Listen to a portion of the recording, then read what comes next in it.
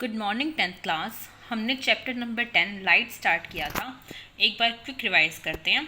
Light क्या है? Energy की ऐसी फॉर्म जिसकी वजह से हम किसी भी ऑब्जेक्ट को देख सकते हैं। ओके।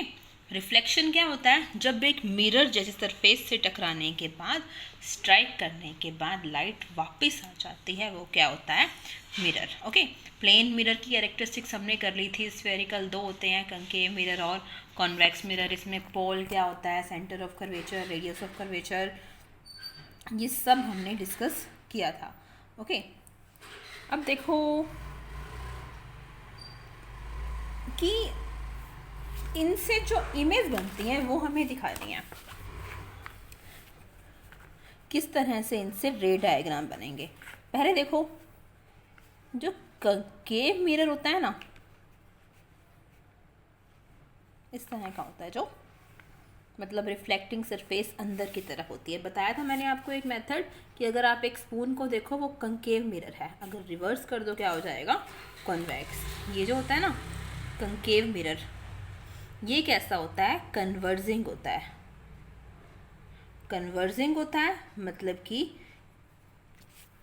ये लाइट की रेस को एक पॉइंट पर फोकस करता है। इस तरह से ये मिरर है, ये क्या है? प्रिंसिपल एक्सिस जो भी है इसका यहाँ पर लाई करेगा। पता है आपको, पोल, सेंटर ऑफ कर्वेचर, फोकस।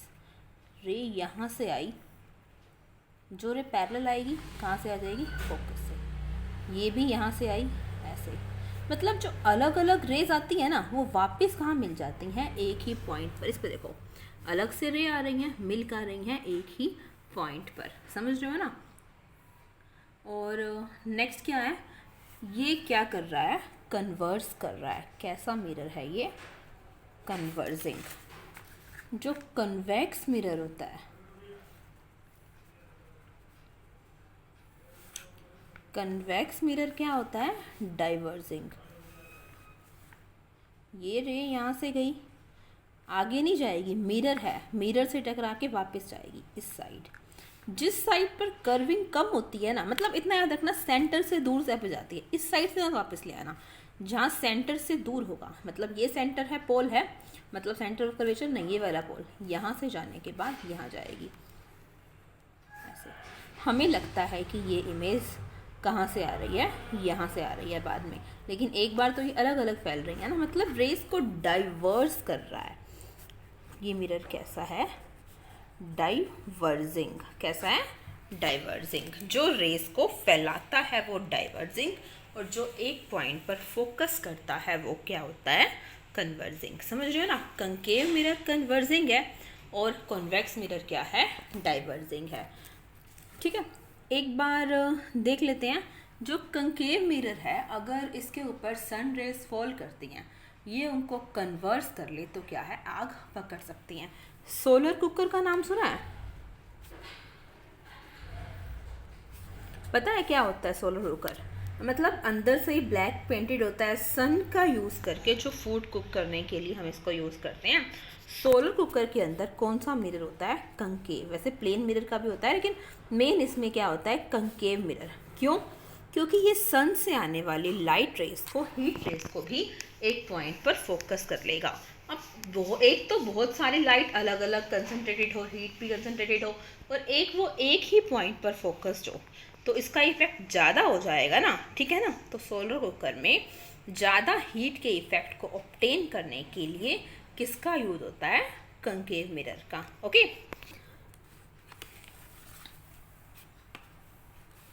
बाकी यूजेस इसके बाद में पढ़ूंगे, बताऊंगी मैं आपको। इसके अंदर क्या होता है? जो लाइट है वो एक स्पॉट के ऊपर फोकस हो जाती है। एक नंबर ऑफ रेज जो पैरेलल जा रही हैं कंकेव मिरर से, बाद में कन्वर्स हो जाएंगी, और कन्वेक्स मिरर में क्या होता है? वो डाइवर्स हो जाती हैं। इसमें क्या है? A number of rays parallel to the principal axis are following on a concave mirror. इसको देखो, ये क्या है? इंटरसेक्ट करेंगी एक पॉइंट पर principal axis of the mirror. इसको क्या बोलते हैं? Principal focus. ऐसे तो बहुत बोरिंग हो जाएगा ऐसे पढ़ाऊंगी तो। इतना याद रखना, जो पैरेलल जाएगी कहाँ से आएगी? फोकस से। ठीक है, वैसे ये रूल्स में भी हम पढ़ेंगे।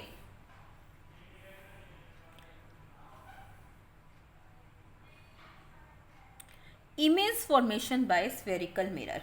इमेज पढ़ेंगे, हमें टोटल मिरर की 8 इमेज है, वैसे ही लेंस की भी 8 होंगी, फिलहाल हम मिरर का कर रहे हैं।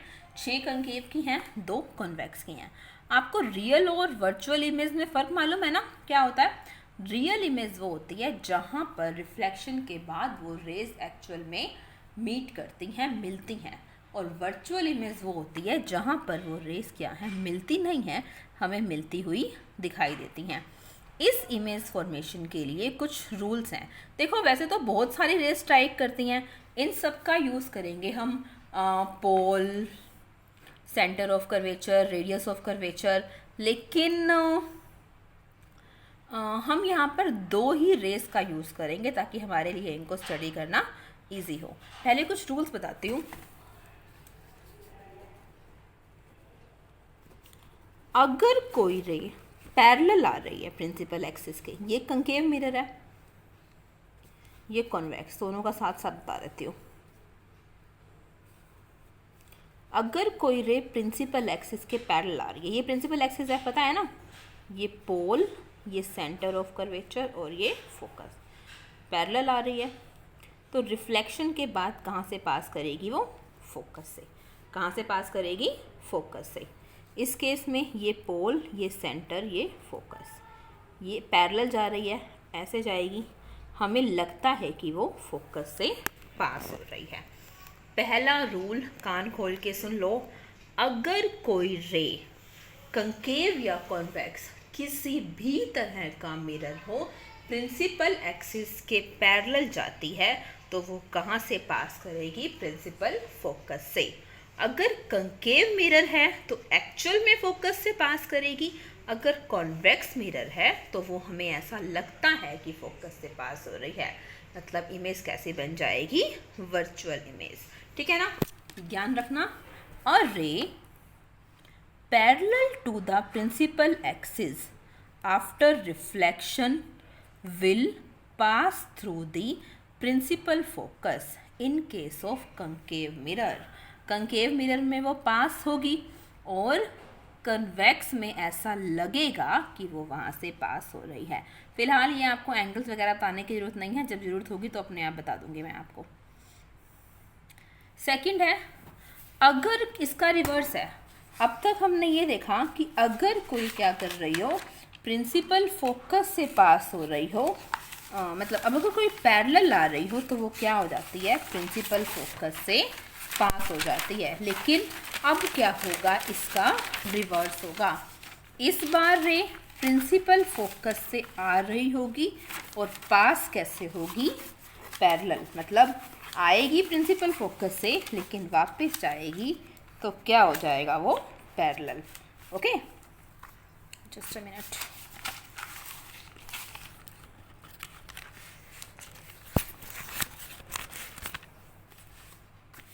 ऐसे सेकंड रूल है, ये कंकेव मिरर है, ये कॉन्वेक्स मिरर है। अब इस बार ये रे क्या है? ऐसे आ रही है प्रिंसिपल फोकस से, फिर वापस आएगी तो पैरेलल। यहाँ पर क्या है? ये कहाँ से आ रही है? फोकस से। ठीक है ना, ऐसे।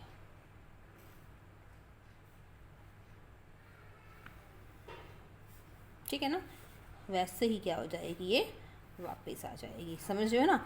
अगर कोई रे पैरेलल हो तो कैसे वापस आती है? प्रिंसिपल फोकस से। अगर पहले से फोकस से आ रही हो तो कैसे वापस जाती है? Parallel. Okay, a ray passing through the principal focus of a concave mirror or a ray which is directed towards the principal focus of a convex mirror after reflection क्या हो जाएगी? पैरेलल हो जाएगी to the principal axis। Next देखो, a ray passing through the center of curvature, अगर centre of curvature से जाएगी तो क्या होगा? इसके पाथ में किसी भी तरह का कोई भी चेंज नहीं होगा, जैसे ये गई वैसे ही वापस, चाहे किसी भी तरह का मिरर हो। ये कंकेव मिरर, ये P, ये C, ये F, अगर ऐसे आ रही है,